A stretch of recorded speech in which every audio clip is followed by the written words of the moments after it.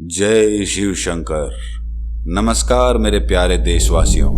आज मैं राहुल आप सबको काम की कथा सुनाने जा रहा हूँ। काम यानी कि कामदेव, और कामदेव किस तरह से हम सभी के चित्त को मोह लेने में सक्षम होते हैं और इसका वेदों में किस तरह वर्णन किया गया है और किस प्रकार काम ने ब्रह्मा पर भी अपना तीर छोड़ा, जिसकी वजह से वो अपनी पुत्री संध्या पर ही आकर्षित हो गए थे।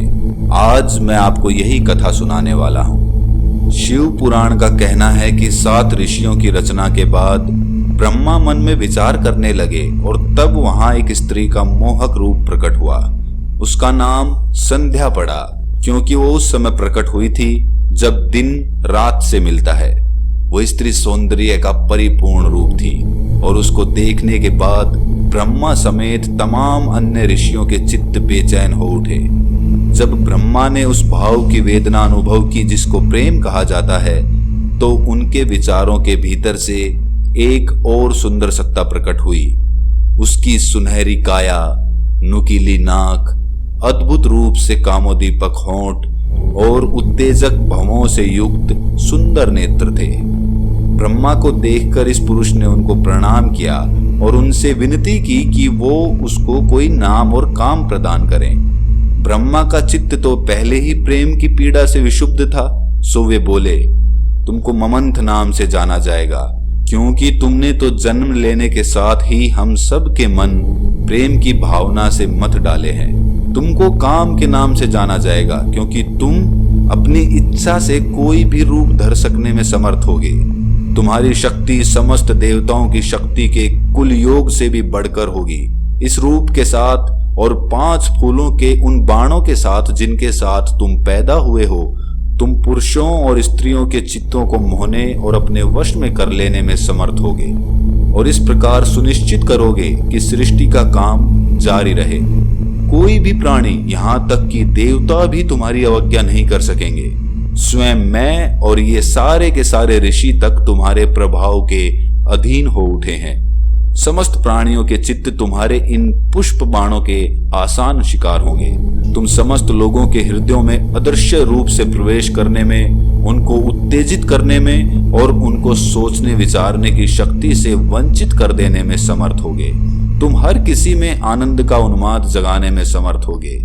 काम के ये 5 बाण, जिनको कि ऋषि भी रोक पाने में समर्थ नहीं होते, आनंद की, आसक्ति की, मोहाविष्ट की, मुरझाने की और मार डालने की क्षमताएं हैं। जब उसको ये सारी शक्तियां दे दी गई तो काम ने ब्रह्मा और अन्य ऋषियों की उपस्थिति में ही इन शक्तियों का प्रयोग करने का निश्चय किया। उसने अपने धनुष पर एक बाण चढ़ाया और तुरंत ही वहां पर एक मोहक सुगंधित समीर बहने लगी, जिसने वहां उपस्थित सभी के चित्तों को मथना शुरू कर दिया। और जैसे ही उसके धनुष से बाण छूटा, वे सब संध्या को निहारने लगे और उसको अपने कब्जे में करने के बारे में सोचने लगे। काम ने अपना बाण छोड़ना तब तक बंद नहीं किया जब तक कि वहां उपस्थित सभी अपनी सोचने विचारने की शक्ति नहीं गंवा बैठे। संध्या, जो कि ब्रह्मा की पुत्री थी, वो भी इसका शिकार हुई। उसने हर एक की ओर लज्जा भरी नजर डाली और उनको कामोत्तेजक ढंग से निहारने लगी। काम अपने इस प्रथम उद्यम की सफलता से बहुत आनंदित हुआ। ब्रह्मा को हालांकि इस बात का पर्याप्त एहसास था कि वे बुरे ढंग से आचरण कर रहे हैं। उन्होंने मन ही मन अपने प्रभु से प्रार्थना की कि वे इन भावनाओं पर नियंत्रण करने में उनकी सहायता करें। भगवान शिव प्रकट हुए और उन्होंने अपनी ही बेटी के प्रति काम वासनापूर्ण लालसाएं रखने के लिए उनकी तीखी भर्त्सना की।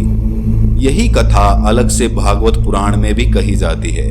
ब्रह्मा ने वाग्देवी सरस्वती की रचना की और फिर उनको उनसे प्रेम हो गया। जब उनके पुत्रों ने अगम्य गमन की इन भावनाओं के लिए उनकी निंदा की, तो उन्होंने अपनी देह त्याग दी और दूसरी देह धारण कर सरस्वती से विवाह कर लिया। ब्रह्मा अपनी भावनाओं से लज्जित हो उठे। उन्होंने अपना क्रोध उस काम पर उतारा जो इस कुकर्म के लिए जिम्मेदार था। हे काम, चूंकि तेरे कारण हमारी ये लज्जास्पद स्थिति बनी है, एक दिन तू अपना बाण महान प्रभु शिव की ओर तानेगा और तब तू अपने अपराध के लिए कठोरता पूर्वक दंडित किया जाएगा। ये सुनकर काम दुखी हुआ। हे पितामह, आपने मुझे ये शाप क्यों दिया? मैंने कुछ अनुचित तो नहीं किया, मैंने तो सिर्फ आपकी आज्ञा का पालन किया है। आपने स्वयं ही कहा था कि विष्णु और शिव समेत आप सब मेरे बाण के शिकार होंगे। मैं तो मात्र आपके शब्दों की सार्थकता को परखना चाहता था। ब्रह्मा ये सुनकर नर्म पड़े और बोले, तुम्हारी गलती ये थी कि तुमने मेरे मन में संध्या के प्रति प्रेम जगाया, जो कि मेरी बेटी है। लेकिन घबराओ मत, भले ही शिव तुमको शाप देंगे, तुम्हारा तत्काल ही फिर से पुनर्जन्म हो जाएगा। ये कहकर ब्रह्मा वहां से अंतर्ध्यान हो गए। प्रजापति दक्ष, जो उनमें से एक थे जो ब्रह्मा से उत्पन्न हुए थे, ने काम के समक्ष अपनी बेटी रति को प्रस्तुत करते हुए उससे उसके साथ विवाह करने का आग्रह किया। दक्ष की सुंदर कन्या को देखकर काम अपने ही बाण से स्वयं ही आहत हो उठा और उसने सहर्ष उसके साथ विवाह करने की सहमति दे दी।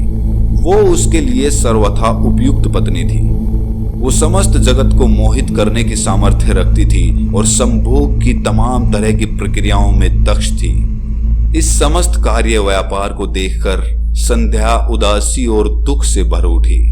सबसे अधिक लज्जा उसको अपने ही आचरण पर थी, वासना की अपनी उन भावनाओं पर जिन्होंने उसके मन को मथ डाला था। उसने पाया कि उसको अपनी उस देह में बने रहना अब संभव नहीं होगा जिसने स्वयं उसके पिता पर साथ ही साथ अन्य ग्रहपतियों पर जादू डाला है, और वो तपस्या करने हिमालय पर चली गई। उसको दीक्षित करने के लिए ब्रह्मा ने ऋषि वशिष्ठ को उसके साथ भेज दिया। ऋषि ने एक ब्रह्मचारी की काया धारण की और संध्या को त्रिनेत्रधारी शिव की उपासना करने की विधि सिखाई। उन्होंने कहा, हे प्रिय देवी, समस्त देवताओं के स्वामी भगवान शिव की नमः शिवाय नामक मंत्र से पूजा करो। सारे अनुष्ठान मौन रहकर करो और प्रत्येक पूजा के बाद उपवास करो। उसको इस प्रकार परामर्श कर ऋषि ने विदा ली। जब संध्या ने कठोर तपस्या पूरी कर ली तो शिव उसके समक्ष प्रकट हुए और उन्होंने उसको आशीर्वाद दिया।